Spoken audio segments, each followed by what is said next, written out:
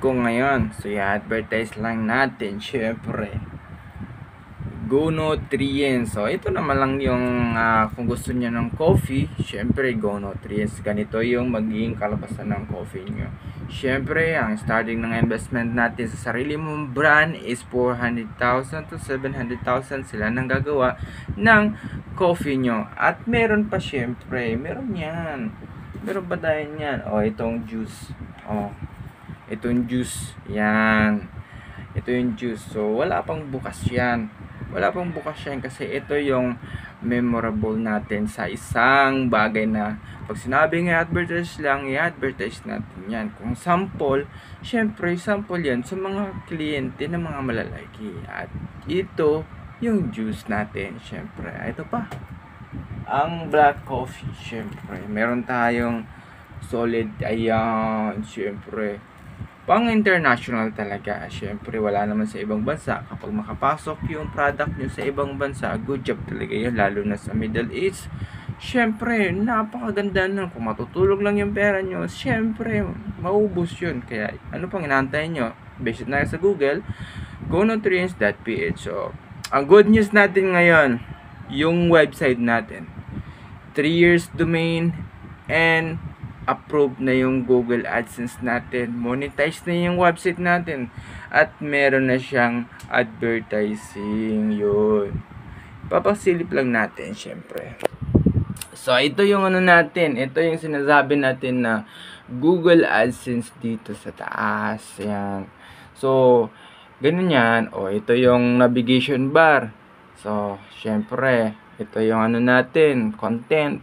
At ito naman yung AdSense. Pag kinlik yan, syempre pupunta yan sa ibang website na international. At meron pa yan sa website na yun. Sa website na ito, na nakipatong sa website ko for advertising, nandyan yung Forbes at Business Insider at CNN at BBC at malalaking mga media company. So, balik natin. Ayan.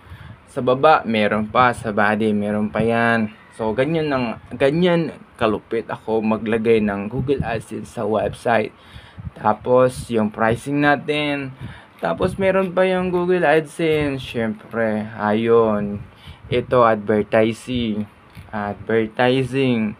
At, tapos na. So, yun. Tapos, kung i-refresh natin yan, syempre, panibago na naman yung company na sasalang sa natin, sa website natin sa taas. So, yun yung pinaka-the best. So, check natin yung i-check natin yung Google AdSense.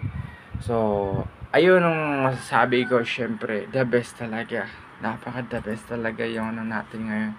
So, mapapansin natin, may one click na yon. May nag-visits na, gumagalaw na yung dollars natin. Gumagalaw na.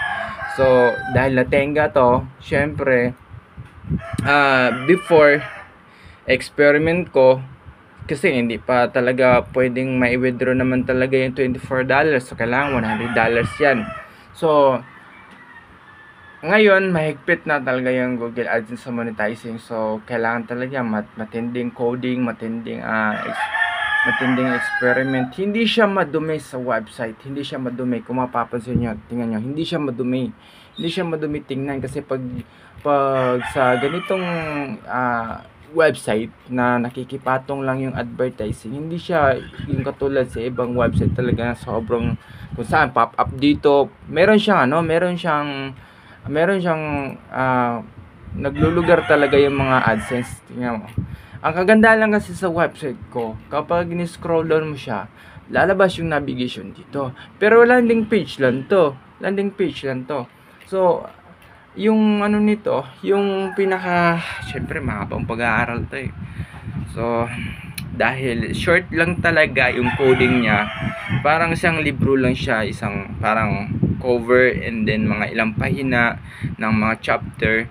Pero small object lang yung ginawa ko sa isang website na syempre WebKingston, kailangan i-short ko lang. Syempre ang pinaka-point lang naman dyan is iangat yung i-maintain yung mga website na nag-error sa inyo, at SEO, at i-handle yung mga iba pang Google access. So yun yung pinaka the best.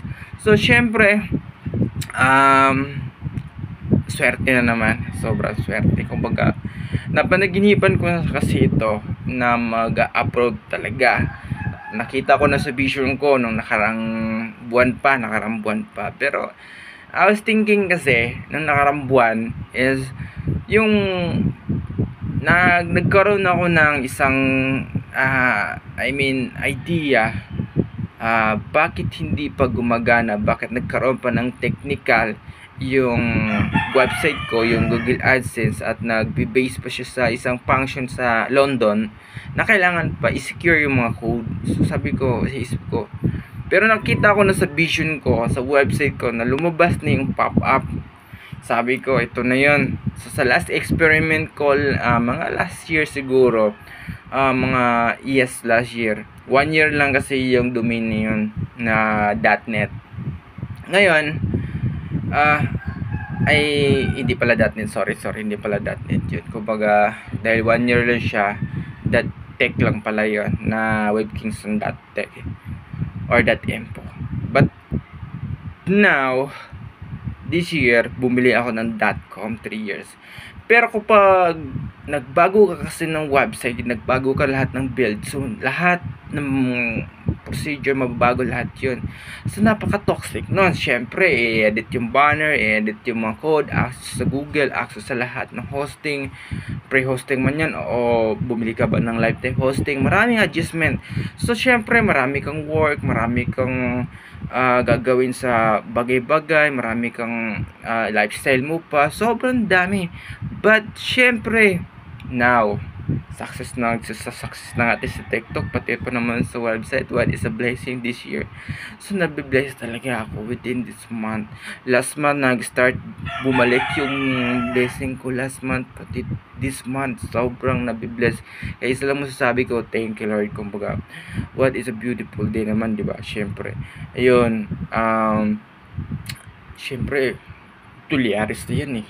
Kumbaga Google AdSense, direct to PayPal o direct sa bangko mo. Siyempre, ang business banking days niyan to 1 week and 5 days yung niyan, yung clearing, and then matatransfer na sa account. So, syempre, hindi ka man magmo-monetize sa YouTube, mag-monetize ka sa ibang paraan. Syempre nag-aral tayo eh. Syempre yung mga ilang years natin pinag-aaralan, ma-work out natin yun. Lahat ng expectation, lahat ng blessing kaya mong gawin, basta wag mo lang sukuan. So ano pang inaantayin nyo? Syempre webkingston.com, at isa lang masasabi ko, thank you Lord.